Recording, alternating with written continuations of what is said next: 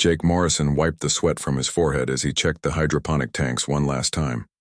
The green tomatoes hung heavy on their vines, almost ready for harvest.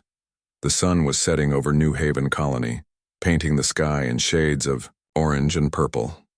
It was a beautiful sight, one that never got old even after 15 years of living here. He walked back toward his small farmhouse, boots crunching on the gravel path. The house was simple but comfortable, with a front porch where he liked to sit in the evenings. Amy would be home from school soon, probably full of stories about her xenobiology class or complaints about her mathematics homework. Jake smiled at the thought of his daughter. At 17, Amy was everything he had hoped she would become. She was smart, curious about the world around her, and had dreams of studying at one of the big universities in the core worlds. She wanted to be a scientist, to discover new forms of life on distant planets. Jake encouraged her dreams, even though part of him worried about her leaving New Haven someday. The sound of the school transport approaching made him look up. Small hover vehicle came down the dirt road, kicking up dust as it slowed. Amy jumped out, her brown hair bouncing as she ran toward the house. She carried her school bag over one shoulder and had a big smile on her face. "Dad, you will not believe what happened in biology class today," she called out as she reached him. "Mr. Johnson showed us samples from the Kepler system, and there were these tiny organisms that can survive in pure acid." "Pure acid, Dad? How amazing is that?" Jake chuckled and put his arm around her shoulders as they walked toward the house. "Pretty amazing. Did you finish your math homework?" Amy made a face. "Do we have to talk about math right after I told you about acid-eating aliens?" "Yes, we do. Education is important, Amy. All of it, even the boring parts." They went inside, and Amy headed to her room to change out of her school clothes. Jake started preparing dinner, something simple but filling. He had learned to cook.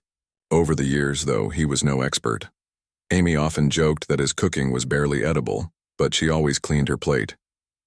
As he chopped vegetables, Jake thought about how different his life had become. 15 years ago, he had been someone else entirely, someone whose hands were trained for very different kinds of work. But that person was buried deep, locked away where he could never hurt the peaceful life he had built here. Amy came back, downstairs wearing old jeans and a faded shirt. She sat at the kitchen table and pulled out her homework. "Dad, can I ask you something?" "Sure. Why did we come to New Haven? I mean, really why?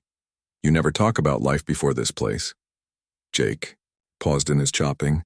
This was a question Amy had asked before, and each time it got a little harder to answer. "I wanted us to have a quiet life. Somewhere safe, somewhere peaceful. But what about my mom? You never talk about her either." Jake set down his knife and turned to face his daughter. Her green eyes were serious, searching his face for answers he could not give her. "Your mother died when you were very young, Amy.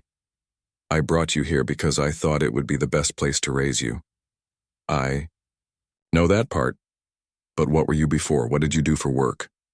"I was in the military," Jake said carefully, "but that was a long time ago, and it does not matter now." Amy frowned but did not push further. She had learned over the years that there were subjects her father would not discuss. Jake hated keeping secrets from her, but some truths were too dangerous to share. They ate dinner together, talking about Amy's classes and her plans for the weekend. She wanted to go to the colony's main settlement with her friends, maybe see a movie at the small theater there. Jake agreed, as long as she promised to be careful and come home before dark. After dinner, they sat on the front porch. The night was clear, and the stars were bright without the light pollution of bigger worlds.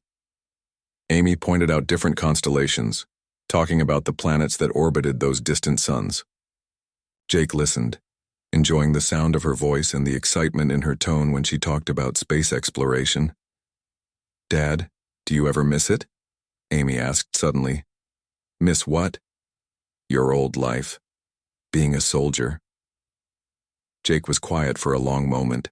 "No," he said finally. "I do not miss it at all. This is better. Much better." Amy leaned against his shoulder, and they sat in comfortable silence. Jake felt the familiar warmth of contentment that had filled his life for the past 15 years. This was what he had fought for, what he had sacrificed everything to protect. His daughter's laugh, her dreams, her bright future ahead of her. Neither of them noticed the small, dark shapes moving across the starfield above. The ships were silent, their advanced technology making them nearly invisible against the night sky. They had been traveling toward New Haven for weeks, drawn by intelligence reports about the human colony. Amy went to bed around 10, kissing Jake goodnight on the cheek like she had done since she was small. Jake stayed on the porch a while longer, enjoying the cool night air. He thought about tomorrow's work, about the tomatoes that needed harvesting and the irrigation system that needed repairs. He went inside and locked the door, something he did, out of habit more than necessity. New Haven was a safe place where neighbors looked out for each other and crime was almost unknown. Jake checked on Amy, seeing her sleeping peacefully in her bed, then went to his own room. As he prepared for sleep, Jake felt the deep satisfaction of another good day. Tomorrow would be much like today, filled with honest work and time with his daughter. It was a simple life, but it was his life, and he was grateful for it. High above, the alien ships moved into position around New Haven, their crews prepared for what they expected to be a simple operation. After all, how much resistance could a farming colony possibly offer? 3 weeks passed like a nightmare that would not end. Every night, more Zephyrian soldiers died. Every day, Commander Theron grew more desperate and angry. The professional kills continued, each one more brutal than the last, sending a clear message that someone was hunting his forces with deadly skill. Jake continued his double life perfectly. During the day, he was the broken farmer in the holding cell, eating their thin soup and enduring their questions. At night, he became something else entirely, moving through their facility like a ghost of death. His enhanced abilities were fully active now. The neural implants that had been dormant for 15 years were working again, giving him access to tactical systems that made him nearly unstoppable. He could see heat signatures through walls, hack their computer systems with his mind, and move with speed that seemed impossible. But the real change was deeper than technology. The careful walls Jake had built around his emotions were cracking. Every scream he heard from the torture chambers, every glimpse of his daughter being dragged to another session, fed the cold rage that was growing inside him. Amy had been questioned 12 times. Each session left her weaker, more broken. Jake watched through security cameras he had hacked, and each time she cried his name, something died inside him. The man who had wanted nothing more than to grow tomatoes and raise his daughter was disappearing, replaced by the weapon the Genesis program had created. Commander Theron was losing control of his own forces. His soldiers jumped at shadows, afraid, to patrol alone. 3 had requested transfer off the planet. 2 others had suffered complete nervous breakdowns after finding the bodies of their squad mates arranged in increasingly creative ways. "Sir," Lieutenant Kex approached Theron's desk carefully. The commander had been in a foul mood for days. "The human prisoners are requesting to see their children." "Denied," Theron snapped. "They see nothing until someone tells me who is killing my soldiers." "Sir, perhaps if we allowed brief visits, the parents might be more willing to cooperate." Theron looked up from his reports. "Are you questioning my methods, Lieutenant?" "No, sir. But fear for their children is making them desperate." "Desperate? People do unpredictable things." Theron considered this. The human parents had been growing more agitated each day. Several had tried to break out of their cells, resulting in more injuries and more problems. Perhaps controlled visits would calm them down. "Very well. Arrange supervised meetings, 15 minutes each, but I want every conversation recorded and analyzed." The first family meeting was scheduled for the next morning.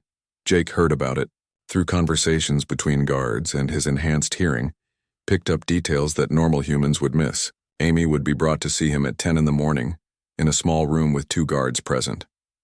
That night, Jake's mission changed. Instead of killing more soldiers, he needed information. He slipped out of his cell as usual and made his way to Theron's office. The commander's personal files were protected by advanced encryption, But Jake's neural implants made short work of the security. What he found made his blood run cold. The Zephyrians were not just interrogating the children for information about human defenses. They were using them as test subjects for new torture techniques. Amy's file showed detailed notes about her pain tolerance, her psychological breaking points, and plans for more advanced experiments. Jake memorized every detail, his enhanced memory storing the information with perfect accuracy. Then he accessed the facility's communication system and began planting false information in their networks. Reports of human military ships approaching the system, intelligence about massive resistance cells, anything to make them paranoid and uncertain. But, as he worked, Jake made a discovery that changed everything. The Zephyrians had been monitoring his cell with hidden cameras. They knew he was leaving at night. They knew he was the one killing their soldiers. Commander Theron was setting a trap. Jake returned to his cell, his mind racing through possibilities. They were planning to use Amy as bait to draw him out into the open. The family meeting was not mercy. It was strategy. The next morning, guards came for Jake earlier than expected. They escorted him through corridors he had walked as a shadow, past security checkpoints he had bypassed as a ghost. But now he was walking as Jacob Morrison the prisoner, not the weapon he became in darkness. The meeting room was small and windowless, with a single table and 2 chairs. 4 guards stood at the corners, their weapons ready. Commander Theron himself was present, watching from behind a one-way window. They brought Amy in, and Jake's heart nearly stopped. She had lost weight, and there were dark circles under her eyes. Her hands shook slightly, a sign of nerve damage from repeated neural disruption. But she was alive, and when she saw him, she smiled. "Dad," she whispered, reaching across the table to take his hand. Jake squeezed her fingers gently. "How are you holding up?" "I am okay. Are you hurt?" "They said they were questioning you too." "I am fine, sweetheart. Do not worry about me." Amy leaned closer, lowering her voice. "Dad, some of the other kids have been talking. They think someone is fighting back. Someone has been killing the guards at night." Jake kept his face carefully neutral. "Is that so?" "The guards are scared. Really scared. Whoever is doing it, they are good at it." One of the guards stepped forward. "No whispering, speak so we can hear you." Amy pulled back but kept hold of Jake's hand. "I want to go home, Dad. I want this to be over." "It will be," Jake said quietly. "Soon." "How can you be sure?" Jake looked into his daughter's eyes and for just a moment, let her see past the mask he had worn for 15 years. "Because some things are worth fighting for, and some people should not be allowed to hurt children." Amy's eyes widened slightly. There was something in her father's voice she had never heard before, something cold and dangerous and absolutely certain. Commander Theron watched the exchange through the window, his suspicions growing stronger. The farmer was too calm, too controlled. Most humans in his situation would be breaking down, begging, making desperate promises. But Jacob Morrison sat like a man who was simply waiting for something. "Time is up," Theron announced, entering the room. "The girl goes back to her cell." As they pulled Amy away, she looked back at Jake. "I love you, Dad. I love you too, Amy. Remember what I told you about being strong." After she was gone, Theron sat down across from Jake. "Touching scene. Tell me, Mr. Morrison, what do you know about the Genesis program?" Jake's face did not change, but something shifted in his eyes. It was subtle, barely noticeable. But Theron caught it. "I do not know what you are talking about," Jake said. "I think you do. I think you know exactly what I am talking about. And I think tonight when you slip out of your cell to kill more of my soldiers, you are going to find a surprise waiting for you." Theron leaned forward, his yellow eyes gleaming. "You see, Mr. Morrison, I know who you really are. And tomorrow, I am going to make your daughter pay for what you have done to my forces. Unless, of course, you would like to surrender yourself now and save her the pain." Jake Morrison looked at the alien commander for a long moment. Then he smiled. And it was not the smile of a simple farmer. "Commander, Jake said softly. You have no idea what you just started. Jake woke to the sound of screaming. He rolled out of bed instantly, his body moving before his mind fully caught up. The screams were coming from outside, from the direction of the main settlement. Jake grabbed his clothes and dressed quickly, his hands steady despite the fear growing in his chest. The screaming stopped suddenly, replaced by an unnatural silence that made Jake's skin crawl. He moved to his window and looked out toward the settlement. Strange lights flickered in the distance, too bright and too cold to be normal fire. Dad? Amy's voice came from her doorway. She stood there in her pajamas, her face pale with fear. What was that noise? I do not know, Jake said, though part of him suspected exactly what it was. Stay inside. Lock your door. But Dad, Amy, listen to me. Lock your door and do not come out until I tell you it is safe. Jake moved through the house quickly, checking every window and door.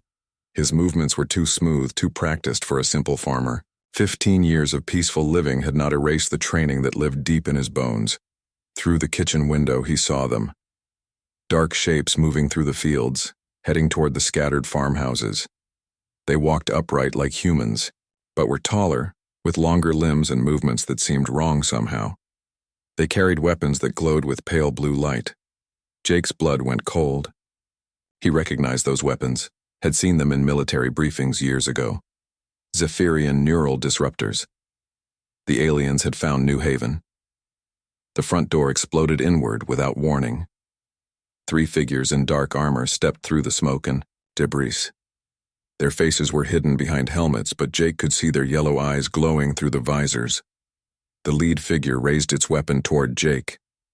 Human, you will come with us, the alien said. Its voice was harsh, like metal scraping against stone. You will not resist. Jake raised his hand slowly, playing the part of a frightened farmer. Please, I have a daughter. Do not hurt her. All humans will be processed. Resistance will result in pain. One of the other aliens moved toward the stairs leading to Amy's room. Jake's carefully controlled mask slipped for just a moment. Something dark and dangerous flashed in his eyes. Wait, Jake said. I will come quietly. Just leave her alone. The alien ignored him and continued up the stairs. Jake heard Amy scream as her door was broken down. The sound hit him like a physical blow, and something inside his chest began to crack. They brought Amy downstairs, her hands bound behind her back. Tears ran down her face, but she was trying to be brave. She looked at Jake with confused, frightened eyes. Dad, who are these things? What do they want? Silence, the lead alien commanded. It struck Amy across the face with the back of its hand, sending her stumbling.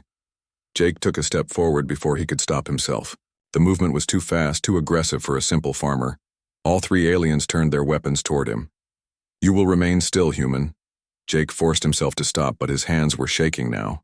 Not with fear, but with rage that had been buried for 15 years. Amy had a cut on her lip where the alien had struck her. They were loaded into a transport vehicle with other colonists from nearby farms. Jake saw his neighbors, people he had known for years, all looking terrified and confused. Children were crying. Adults were trying to comfort them while fighting their own fear. The transport flew toward the main settlement, which was now lit up with harsh spotlights. Jake could see other vehicles landing and taking off, carrying more prisoners. The Zephyrians were rounding up the entire colony. Amy sat pressed against Jake's side, trembling. Dad, I am scared, she whispered. I know, Jake said quietly. But you are strong, Amy. Stronger than you know. Whatever happens, remember that. The transport landed at what used to be the colony's administrative center. Now it was surrounded by alien technology and guarded by dozens of Zephyrian soldiers. The prisoners were herded into holding areas, families separated without explanation. Jake watched as Amy was pushed into a group with other teenagers. She looked back at him, fear clear in her green eyes. Dad! Be brave, Jake called to her. I will find you. A Zephyrian commander stepped forward, taller than the others, and wearing more elaborate armor. His yellow eyes swept over the gathered humans with obvious disgust. "I am Commander Vex Theron," he announced. "You are now under the authority of the Zephyrian Collective. You will be questioned about human military capabilities. Those who cooperate will be treated well. Those who resist will learn the price of defiance." He gestured to his soldiers. "Begin with the young ones. They break easier." Jake felt something snap inside his chest as he watched Amy being led away with the other teenagers. She turned back one more time, and Jake saw the trust in her eyes. She believed he would save her. The problem was Jake Morrison the farmer could not save her. But Jake Morrison the farmer was not who he really was. That night, locked in a holding cell with 20 other colonists, Jake sat in the corner and let his mind go to places it had not visited in 15 years. He remembered briefings about Zephyrian torture methods. He remembered the Genesis program and what it had done to him. He remembered skills and knowledge that he had buried so deep he had almost convinced himself they were gone. But they were not gone. They were just sleeping. In another part of the facility, Amy Morrison screamed as neural disruptors sent pain through every nerve in her body. The Zephyrians wanted information about human defenses, about military installations, about anything that might help them in their conquest. Amy knew nothing about such things. She was just a 17-year-old girl who wanted to study alien life forms, but the Zephyrians did not believe her.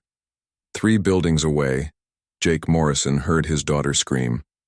The sound traveled through the walls, through the guards, through 15 years of carefully built peace.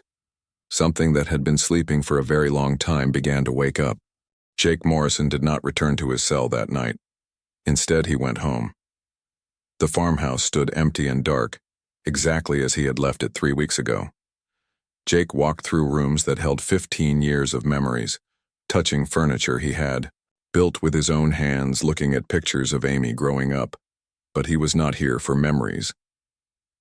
In his bedroom, Jake moved the dresser aside and pried up a loose floorboard. Underneath was a sealed metal case that had not been opened in 15 years. His hands shook slightly as he entered the code, and the case hissed open.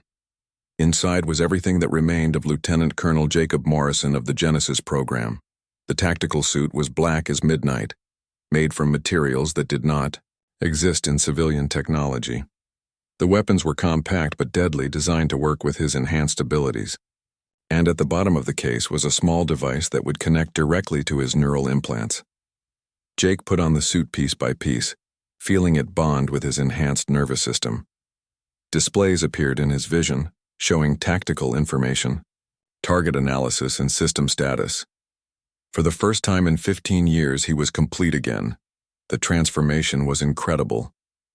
Jake Morrison, the farmer, disappeared entirely, replaced by something that barely looked human. His movements became perfectly fluid, his reflexes lightning fast.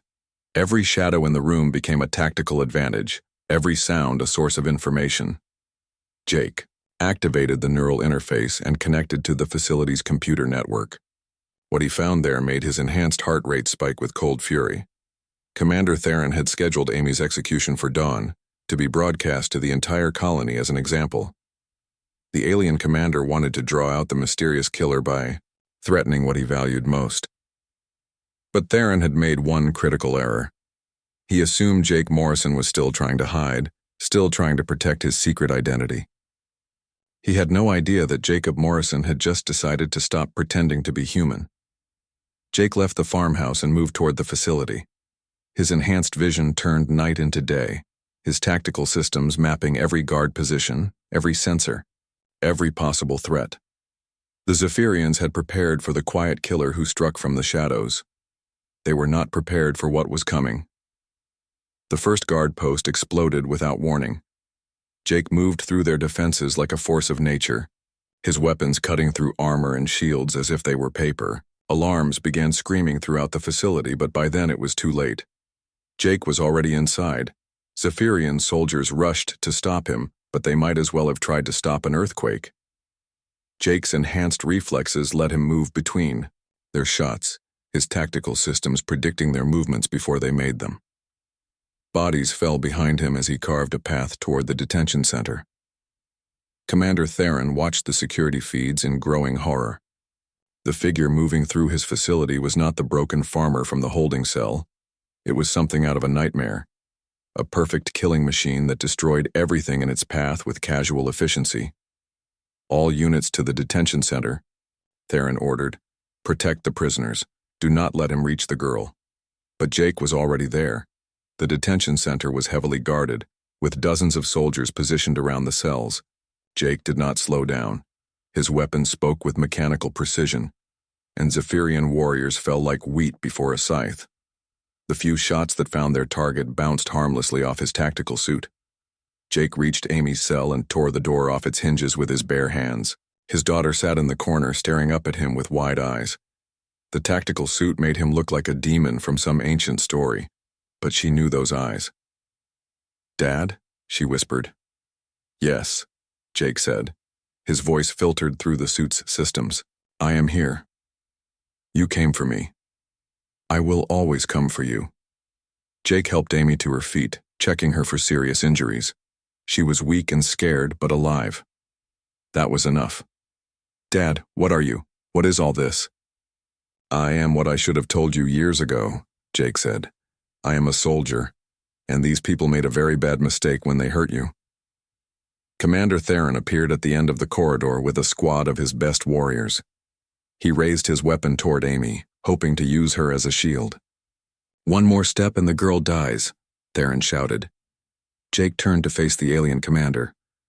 For a moment, there was perfect silence in the corridor. Then Jake began to walk forward. Theron fired. The neural disruptor beam hit Jake square in the chest and had no effect whatsoever. The Genesis program had made him immune to their weapons. "Impossible," Theron breathed. "You wanted to know about the Genesis program," Jake said, still walking forward. "Let me show you." What happened next was not a fight. It was a demonstration of what human military science could create when it set out to build the perfect weapon.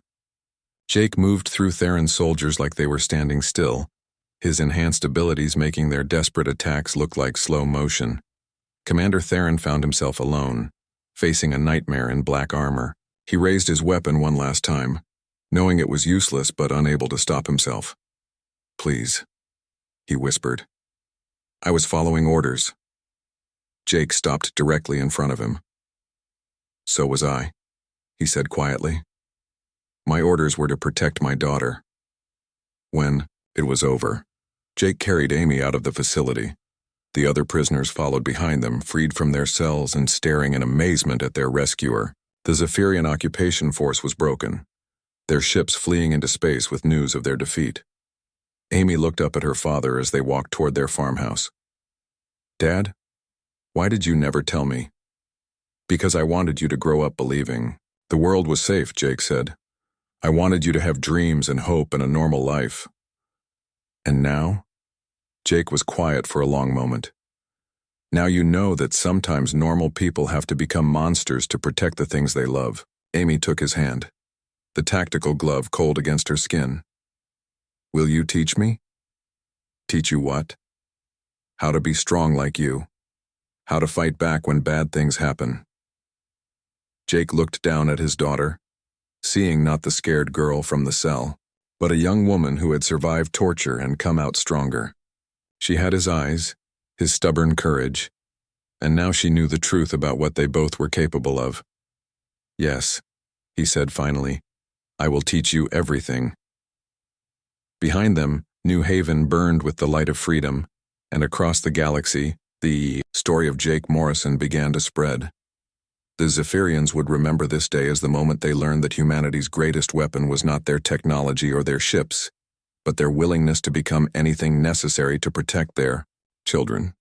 Jake Morrison did not sleep that first night in the holding cell. He sat perfectly still in the corner while the other colonists whispered prayers or wept quietly. His eyes were closed, but his mind was wide awake, working through problems it had not touched in 15 years. The holding cell had 12 guards on rotation.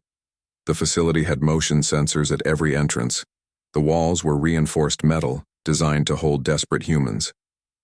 But Jake was not looking at the cell like a desperate human. He was looking at it like a weapon that had been locked in a box for too long.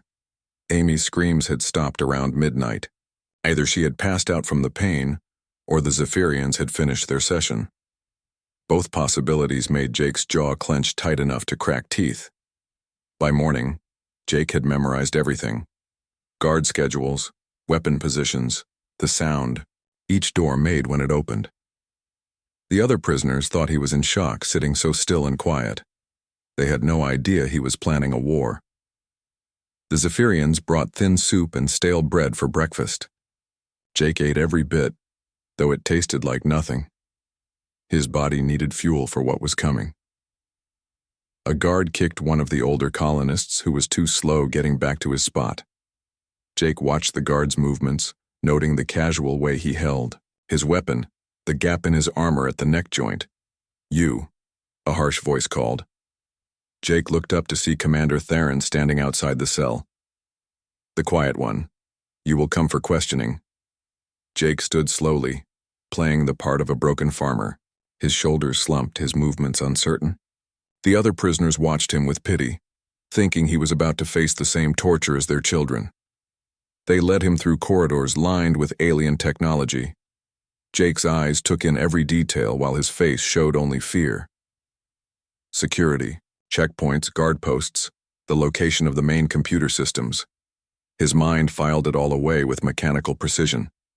The interrogation room was small and windowless. Commander Theron sat across from Jake at a metal table. 2 guards stood by the door, their weapons ready. "You are Jacob Morrison," Theron said, reading from a datapad. "Farmer. Arrived on New Haven 15 years ago with infant daughter. No prior records before that date." Jake said nothing. "Curious," Theron continued. "Most humans have extensive records. Birth certificates, education files, employment history. But you appear to have simply materialized 15 years ago. How do you explain this?" "Records get lost," Jake said quietly. "I came here for a fresh start." Theron's yellow eyes studied Jake's face. "Fresh start from what?" "My wife died. I wanted to raise my daughter somewhere safe." "Safe from what?" Jake met the alien's gaze. "From people who might hurt her." Something in Jake's tone made one of the guards shift nervously. Theron leaned forward, suddenly interested. "You have military training," Theron said. It was not a question. "I was a soldier once, a long time ago." "What unit?" "Does it matter?" "I grow tomatoes now." Theron stood and walked around the table. "Last night someone killed 6 of my guards. Clean kills, professional technique. The work of someone with advanced training." Jake kept his face blank. "I was in a locked cell all night." "Yes, you were, which means there is another trained human on this planet. Someone good enough to penetrate our security without being detected." Jake shrugged. "Maybe your security is not as good as you think." Theron backhanded Jake across the face hard enough to split his lip. Jake barely moved. The blow that should have knocked a normal man sideways barely made him blink. "Interesting," Theron said softly. "Most humans would be on the floor after that." Jake wiped blood from his mouth. "I have a hard head." "We shall see." Theron nodded to the guards. "Take him to room 7. Use the neural disruptors. I want to know everything about his military background." They strapped Jake to a metal chair and activated the torture device. Pain shot through his nervous system like liquid fire. Jake gritted his teeth and endured it, giving them nothing but screams that sounded appropriately human. But inside his mind, systems that had been dormant for 15 years began to activate. The Genesis program had not just made him stronger and faster. It had given him neural implants that could interface with technology, enhanced pattern recognition, and pain tolerance that went far beyond normal human limits. The torture session lasted 2 hours. When it ended, Jake was still conscious and still refusing to talk. The guards were impressed despite themselves. Most humans were broken in 20 minutes. They dragged Jake back to his cell and threw him inside. The other prisoners gathered around him, offering water and what comfort they could. Jake accepted their kindness while his enhanced healing began repairing the damage from the torture. "How did you stand it?" whispered Peter Chen, an elderly man who ran the colony's medical. Clinic. The screaming we heard yesterday nearly drove us mad. You learn to endure, Jake said simply. That night, Jake waited until the guards changed shifts at 3 in the morning. The new guards were tired, less alert. Jake stood up and walked to the cell door. His hands moved with impossible precision, finding a weakness in the electronic lock that no normal human should have been able to detect. The lock clicked open. Jake slipped out of the cell like a shadow. His movements were completely silent, his body remembering skills that 15 years of farming had not erased. The first guard never saw him coming. Jake's hand covered the alien's mouth while his other arm applied pressure to the carotid artery. The guard went limp without making a sound. Jake took the guard's weapons and security codes. The facility's layout was clear in his mind now, every corridor and room mapped with perfect accuracy. He moved through the building like death itself, eliminating targets with clinical efficiency. 6 guards died that night, just like the night before, but this time, Jake left them arranged in a specific pattern, one that would send a clear message to anyone with military training.